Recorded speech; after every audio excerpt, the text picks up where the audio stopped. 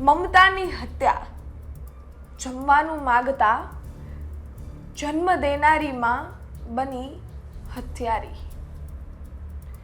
સુરતની એક આ ઘટના જે તમે સાંભળશો, હું તમારી સાથે આજે વાત કરવા જઈ રહી છું આ ક્રાઇમ સ્ટોરીની. એ ક્રાઇમ સ્ટોરી સાંભળતા તમને પણ એક સવાલ થશે, અને એમાં પણ જેટલી માતાઓ મારો વિડીયો જોઈ રહી છે એના મનમાં એક સવાલ ચોક્કસથી થશે કે આ મહિલાની મમતા ક્યાં ગઈ હતી. કારણ કે એક બાળક છે એ જન્મ લે છે, એમાં સૌથી વધારે તકલીફ એ બાળકને જન્મ દેવામાં એ માને થતી હોય છે.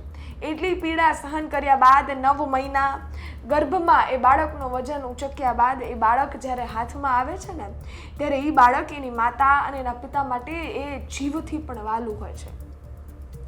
પરંતુ જો એ જ બાળક હજી 2 વર્ષનું થાય અને તમે એને કોઈ જ જમવાના કારણોસર એટલો ઢોરમાર ટીપો કે એ બાળકનું મૃત્યુ થઈ જાય, અને એ પણ એક માતા કરે, આનાથી મોટું અભાગ્ય એક માતા માટે શું હોઈ શકે? એક માતાની મમતા પર લાંછન લાગે, આનાથી મોટું અભાગ્ય એ માતાનું કાંઈ જ ન હોઈ શકે. શું સુરતમાં આ ઘટના બની છે? સુરતમાં આ કઈ એવી માતા છે જેને અને કયા કારણોસર એક નાના એની જ 2 વર્ષની બાળિકા, ફૂલ જેવી બાળિકાનો જીવ લઈ લીધો? તેની વિગતે વાત આજની ક્રાઇમ સ્ટોરીમાં. નમસ્કાર, ગુજરાત તક સાથે હું જ્યોતિકા.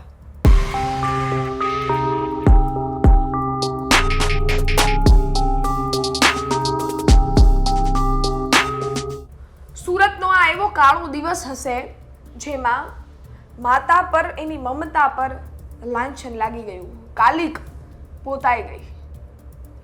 સુરતની એક માતા જેને પહેલા લગ્નમાં 4 દીકરીઓ જન્મી, જેના ઘરે દીકરીઓ જન્મ લે, આપણે એવું કહેતા હોય છે કે 100 જન્મના ભાગ્ય છે એ ખુલી જાય છે, 100 જન્મના પુણ્ય જ્યારે આડા આવે છે ત્યારે એક ઘરમાં એક દીકરીનો જન્મ થાય છે. અને આમના ઘરે તો 4 દીકરીઓએ જન્મ લીધો, પરંતુ એ જ માતા છે એને મૈત્રી કરાર કર્યો અને એ બીજા યુવક સાથે સુરતમાં રહેતી હતી. આ બાળકો તેમની સાથે જ રહેતા હતા.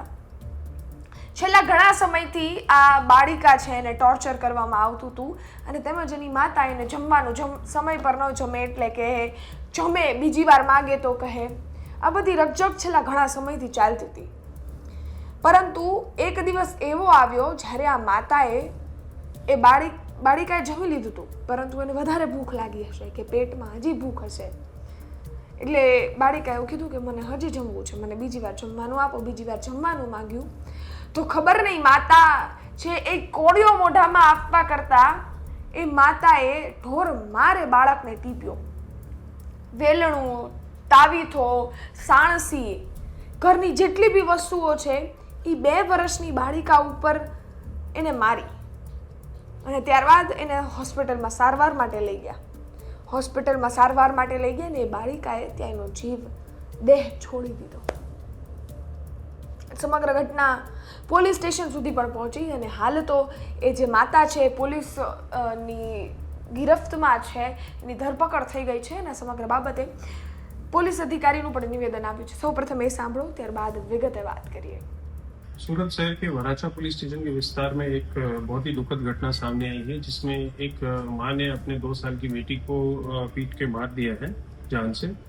घटना की विगत ऐसी है कि ये जो माँ है उसकी पहली शादी से उसको 4 लड़कियां थी, और ये जो लड़की जो मरण जनार है उसकी उम्र सिर्फ 2 साल है, और ये वहाँ से दूसरी जगह यहाँ सूरत में किसी और के साथ मैत्री करार रह के यहाँ पे सूरत में रहने आई थी. और इसकी जो छोटी बेटी है वो बहुत बार खाने के लिए और कुछ चीज़ों बचपन में जो जिद होता है, वो जिद के कारण यहाँ पे बहुत सारा खाने का मांगती थी या फिर टाइमली खाना नहीं खाती थी. उसके लिए इसको कंटिन्यूअस इसकी माँ से इसको टॉर्चर हो रहा था और इसको बार बार पिटाई हो रही थी. ये चीज़ हमने बाकी स्टेटमेंट से वेरीफाई किया. और कल दोपहर की बात ऐसी हुई कि दोपहर में जब इस लड़की ने खाना खाने के बाद दोबारा खाना मांगा और जिद किया, तो फिर इसकी माँ ने इसको मारा और बेलन और बाकी चीजों से इसको मारा और फिर इसको सूरत के सिविल हॉस्पिटल स्टीमर में लेके जाया गया. वहाँ पे इसकी यहाँ पे डेथ हुई. और इसके अगेंस्ट में, माँ के अगेंस्ट में हम BNS की धारा 1031 के मुजब मर्डर के ऑफेंस में इसमें हम ऑफेंस रजिस्टर कर रहे हैं और इसमें हम कायदेसर कार्रवाई करेंगे। આપણે સાંભળ્યું એ નિવેદન. પોલીસ અધિકારી આ સમગ્ર ઘટનાને લઈને માહિતી આપી છે અને સાથે જ જે માતા છે એની ધરપકડ કરી લેવામાં આવી છે અને તેમજ એની ઉપર કાયદેસરની કડક કાર્યવાહી થશે તેવી વાત અહીંયા કરવામાં આવી છે. વાત કરીએ માતા અને એક બાળકના સંબંધની, તો બાળક નાનેથી મોટું થાય ને ત્યાં સુધી એ બાળકની, એ માતાની પૂંજી હોય કે એના બાળકને એટલેથી એટલું કર્યું, એની માટે કપડાં ધોયા, એનું જમવાનું ધ્યાન રાખ્યું, એને શરદી, ઉધરસ, તાવ બધા એમાં એનું ધ્યાન રાખી એને ઉછેરી એટલો મોટો કર્યો. સૌથી મોટી વાત એ સંસ્કારનું સિંચન મેં કર્યું. એક માતાનું એક સુંદર સપનું હોય એનું બાળક, પણ આવી માતા મેં પહેલી વાર જોઈ જે જમવાનું માગતા એના બાળકને મારી નાખે. ભૂખ્યારાનું ભૂખા પેટનો અંત. એ બાળિકા 2 વર્ષની ફૂલ જેવી બાળિકાને મોત મળશે, આ તો આપણે કોઈ આપણા સપનામાં પણ ન વિચારી શકીએ. અને એ પણ એક માતા કરે. 2 વર્ષની બાળિકાને શું ભાન પડે સાહેબ? એને તો તમે બોલો એ બોલશે, એને કયો એ કરશે, રમવો એ જે રમાડશો એ રમશે. એ બાળિકા ઉપર તમે આ રીતનો અત્યાચાર કરો, એ બાળિકાનો જીવ લઈ લો. એ બાળિકાએ પણ અનેક સપના જોયા હશે, એને લખાઈને આવ્યું હશે ને, ભગવાને કાંઈક તો લેખ લખ્યા હશે ને. તમે છીનવાવાળી એક માતા બની જાઓ, આનાથી મોટું અભાગ્ય માતા માટે કાંઈ ન હોઈ શકે. અને માતાની મમતા પર લાંછન લાગ્યું છે સાહેબ. આમ જોવા જઈએ તો આપણે એવું કહીએ કે માતા જેવું કાંઈ જ નહીં. એકવાર એવું બી કહી દઈએ કે બાળક છે એ કુબાળક થઈ શકે, પણ માતા છે એ શું કહેવાય, માતા એનું ધર્મ ન છોડી શકે. માવતર કુમાવતર ન થાય. પરંતુ અહીંયા તો એ જ થયું.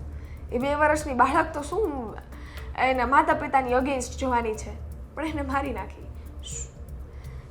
આની પાછળના કારણો હજી પણ આપણને વિચારમાં નાખે કે એ બાળકને મારી તો નાખી જ, પરંતુ એ બીજા 3 જે સંતાનો છે એ પણ અનાજ થઈ ગયા. એની માતા હવે જેલમાં ચક્કી પીસશે અને એ બાળકો રખડતા થઈ ગયા. એ માવતરની છત્રછાયા છીનવાઈ ગઈ. એક બાળક મોટું થતું હોય ત્યારે એની માટે એક માતા પિતાની છત્રછાયા આવવું ખૂબ આમ કહીને ઇમ્પોર્ટન્ટ હોતી હોય છે, પરંતુ એ બાળકો પાસેથી એ જ છીનવાઈ ગયું છે. હવે આવી જે પણ ઘટનાઓ બને એનાથી આપણને દુઃખ તો થાય, પરંતુ જોવા જઈએ તો આવા લોકોને સખ્ત કાર્યવાહીથી કડક સજા પણ મળવી જોઈએ. અને હાલ એની ઉપર એ કાર્યવાહીનો દોર પણ ચાલે જ છે. આ ઘટનાને લઈ તમારું શું માનવું છે કોમેન્ટમાં જણાવજો. જેટલી પણ માતાઓ મારો વિડીયો જોઈ રહી છે તેના અભિપ્રાય શું છે એ કોમેન્ટમાં જણાવજો. એક માતા જ્યારે ગર્ભવતી થાય છે ત્યાંથી એ બાળકને જન્મ આપે છે ત્યાં સુધીનો સફર એ લોકો તય કરે છે, એમાં એની શું ફિલિંગ્સ હોય છે, અને તેમજ આવી ઘટનાઓ સામે આવે ત્યારે એ લોકોનું મન શું કહે છે, એ કઈ રીતે એના વિચારો વ્યક્ત થાય છે, એ પણ અમને અભિપ્રાય કોમેન્ટમાં ચોક્કસથી જણાવજો. હા, દરરોજ 9 કલાકે અમે તમારી પાસે એક ક્રાઇમ સ્ટોરી લઈને આવી રહ્યા છીએ અને અમે તમને ગુજરાતમાં જેટલા પણ ક્રાઇમ થઈ રહ્યા છે એ તમારા સુધી પહોંચાડવાનો પ્રયત્ન કરી રહ્યા છીએ. અમને પણ સહયોગ આપજો. તમે અમારી ક્રાઇમ સ્ટોરી યુટ્યુબ પર જોઈ રહ્યા હો તો યુટ્યુબ ચેનલ સબસ્ક્રાઈબ કરજો, અને સાથે ફેસબુક ઇન્સ્ટાગ્રામ પર જોઈ રહ્યા હો તો ફોલો કરી અને સહયોગ આપજો. ફરી એકવાર મળીશું આવતીકાલે નવી ક્રાઇમ સ્ટોરી સાથે 9 કલાકે. ત્યાં સુધી જોતા રહો ગુજરાત તક, અને સાથે જ તમારા અભિપ્રાય ચોક્કસથી જણાવજો. ફરી એકવાર મળીશું, ત્યાં સુધી રજા આપો. ધન્યવાદ.